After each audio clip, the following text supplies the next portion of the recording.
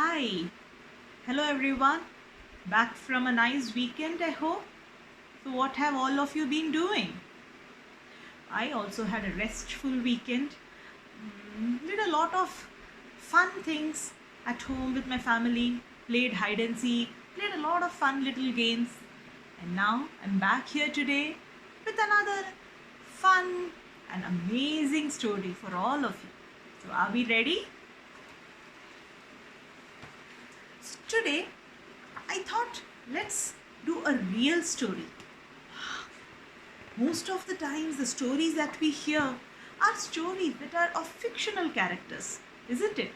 Stories of talking tortoises or talking spiders, magic wands, things that can fly, carpets that can fly, right?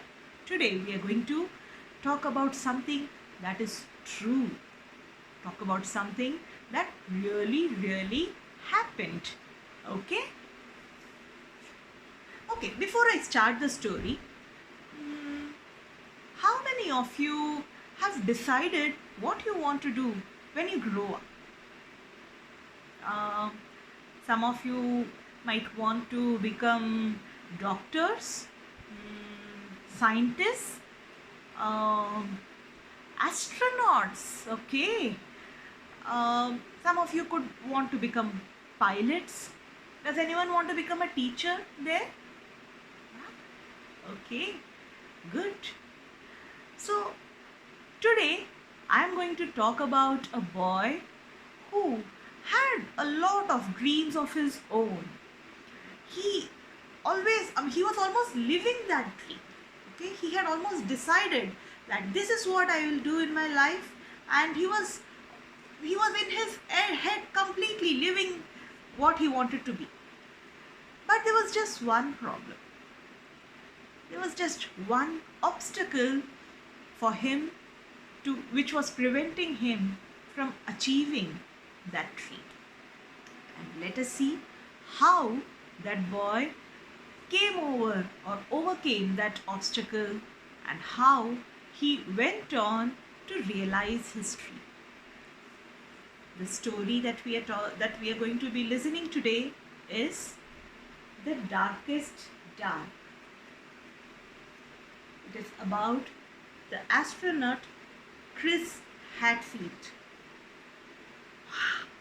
Astronaut. How many of you are space buffs here? People who keep watching Curiosity Stream, who are curious about Mars rovers, who are curious about Saturn's rings, and who keep watching NASA's live TV. Yeah? Yes. Good. So this was also a boy who loved space, who wanted to become an astronaut right from when he was very small. It is such an amazing thing, right? The wonders and mysteries of space. And all of us want to actually, someday or the other, try to unravel a little bit of that mystery. Don't you think? I, for one, surely want to. But let's see.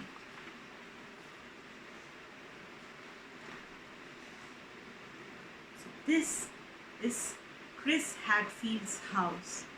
A beautiful house by a lake where Chris lived with his parents. Chris was an astronaut. As I told you, he was already living his dream. He was a very important and a very busy astronaut. You see, I am a very busy astronaut, said he.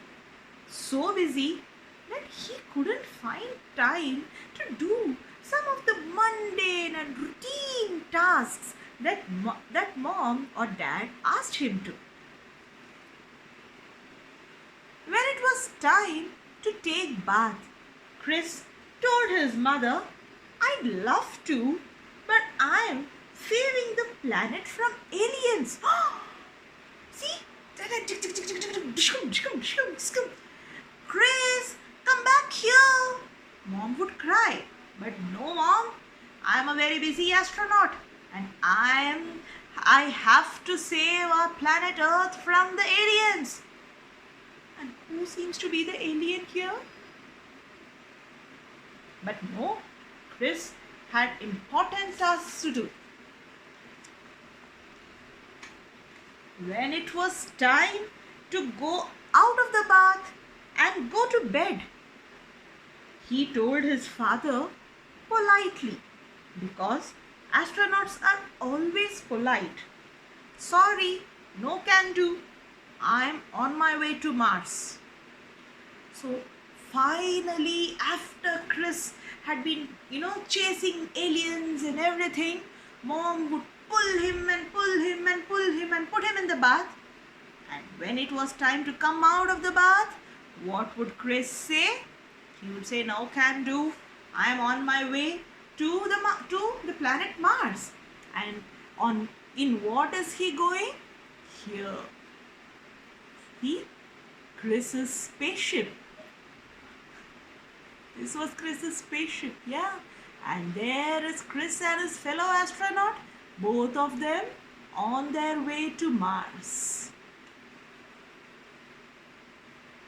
And finally, after a lot of struggle, father would manage to get Chris out, get him dressed and get him ready to sleep. But you know what?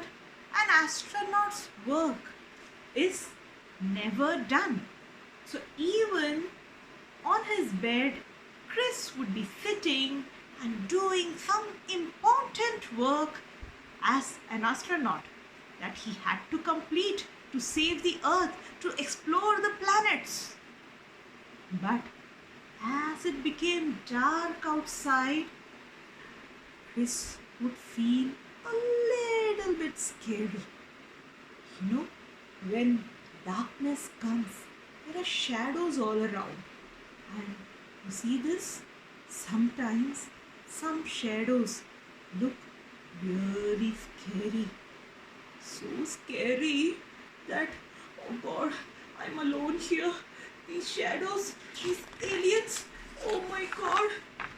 Chris would run and he would go and sleep between Mama and Papa. Now, astronauts may have a lot of work and maybe their work would never get done. They need not sleep. But poor parents had to sleep. They needed their sleep. So one day, father told Chris, Chris, you are a big boy now. From today, you will sleep in your own bed. Own bed? Oh, yeah, I am a big boy. Yes, I agree. But own bed? Alone? In the dark?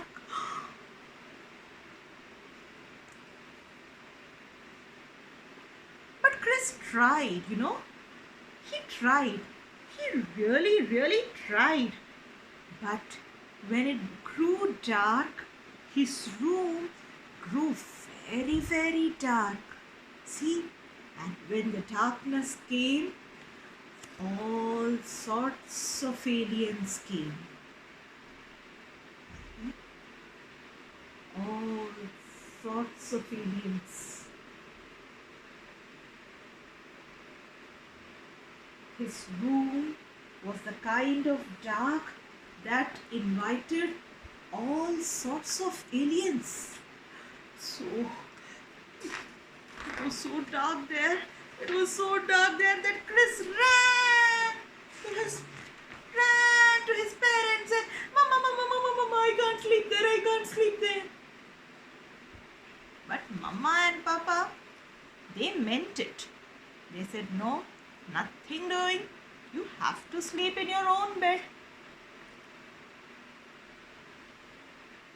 Papa said Chris was going to sleep in his own bed tonight.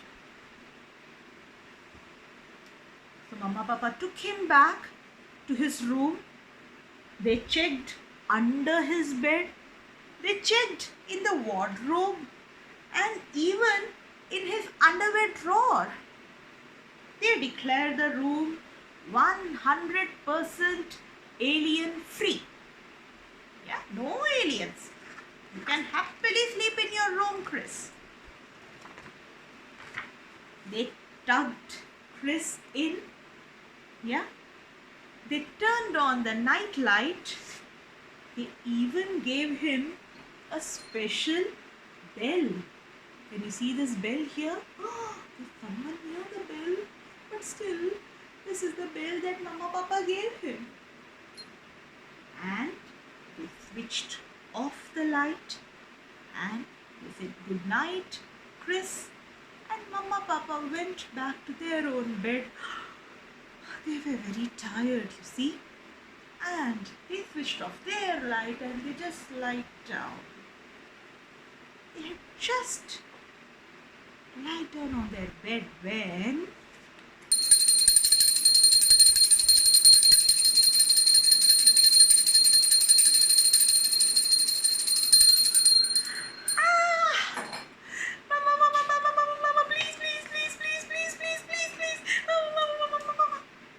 came running to open the door, open Chris's door and asked Chris, what happened? What happened? Aliens, Mama. It's so dark. I'm so scared. Mama, please. And then his father said something that worried Chris even more than the dark did. One more peep, young man, and I'm afraid we'll all be too tired to go to the next door tomorrow. So, what did Papa say? One more peep and we'll not be able to wake up. We'll be tired to go to the next door tomorrow. Do you want to miss going to next door tomorrow? Tomorrow was a very special day. A very, very special day. Chris had to go to next door. His life pretty much depended on it. So Chris stayed in his own bed. He closed his eyes tight and he willed himself to sleep. He didn't open his eyes till he actually fell asleep. And when he fell asleep, his favorite dream began. Chris flying his spaceship all over to the moon, along with his pet dog. There you go, Chris and the doggy in their spaceship, jumping and bouncing on the moon. See, on the moon, when you jump, you can jump up so high. Do you know what is the reason for it? If you know it, do write in the comments underneath this video. Okay? Do mention in the comments why you think that Chris could bounce off in the moon, up and down, up and down. And there Chris spent his entire night dreaming happily about the moon.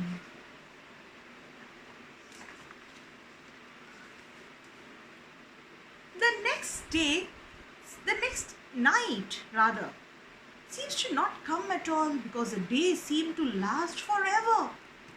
In the morning, Chris asked, Papa, is it time yet? No, not yet, Chris. Mama, is it time yet? No, not yet, Chris. After lunch, he asked, Papa, is it time yet? Chris, not yet. Mama, is it time yet? Oh God, Chris, give it a rest. You still have a few more hours to go. In the afternoon, again he asked, Papa, is it time yet? No, Chris, you need to have some patience. Mama, is it time yet? No, it is not, Chris. The days seemed to last forever. But finally, when the moon was shining over the lake and the summer wind was ruffling the leaves of the trees, Chris ran to the next house. See?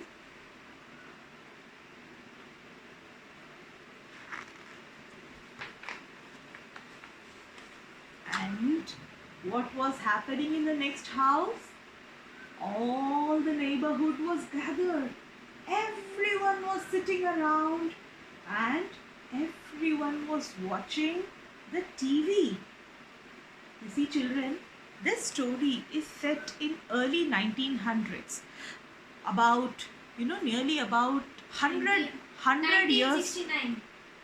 Yeah, nearly about 75, 80 years from now. Yeah, not from now. Nearly about 75, 80 years before, right? Not from now. In those days, not everyone had a TV. Like now, every house has a TV. Some homes have even 2 TV, sometimes even 3. Otherwise, people have their screens, laptops, iPads, phones. But in those days, an entire neighborhood had one TV, and that was where everyone was gathered around to watch an important event. And what do you think that important event was? It was... Can you recognize this photo, my dear children? Yes. See how Chris and his pet are watching with wide eyes and awestruck expression? This is the photo of the first men landing on the moon. Astronauts, real live astronauts on the actual faraway moon. They were wearing puffy white suits and jumping for joy. Jumping so high because there was so much less gravity here, gravity there. The grown-ups huddled around the TV were amazed. Their whole lives, they had never expected to see anything like this. Even Chris, who had just been to the moon the night before, remember in his dream, was amazed. He had never really noticed how dark it was there. In Chris's dream, the moon was a bright, white, shining ball of crystal. Actually, the moon is just one tiny speck in the wide, vast universe, isn't it? And most of the space is, how is the space? Dark, fully dark, black all around, with the shimmering stars and planets here and there. Right? The outer space was the darkest dark ever. And after the event, they all went out and they looked at the moon shining above them. Imagine, children, when we look up at the moon from here, the moon is just one small circle of light, right? One small ball of light up there. But imagine there have been real humans who have landed on the moon and who have stood on the moon. What a miracle, right? And still thinking about that miracle, Chris came home and kept thinking about it. He went back to his bed and he sat near the window looking up at the vast night sky. That night, Chris did a little experiment. He turned off all the lights, even the night light. It was still dark. It was very, very dark. There were still shadows. And the shadows actually looked like few aliens. Nothing had changed since last night. They were still looking a little bit scary. But Chris had changed. He had seen that the darkness of the universe was so much bigger than the darkness in his room. But he was not afraid. He wanted to explore every corner of the night sky. For the first time, Chris could see the power and the mystery of the velvety black beauty of the dark. Dark, if not scary, it was not scary anymore to Chris. And he realized that you're never really alone there. Your dreams are always with you, waiting. Big dreams about the kind of person you want to be. And what kind of person did Chris want to be? Not a person who was afraid of dark, but he wanted to be the kind of person who would go ahead and explore that dark and unravel its mysteries. See, something like this.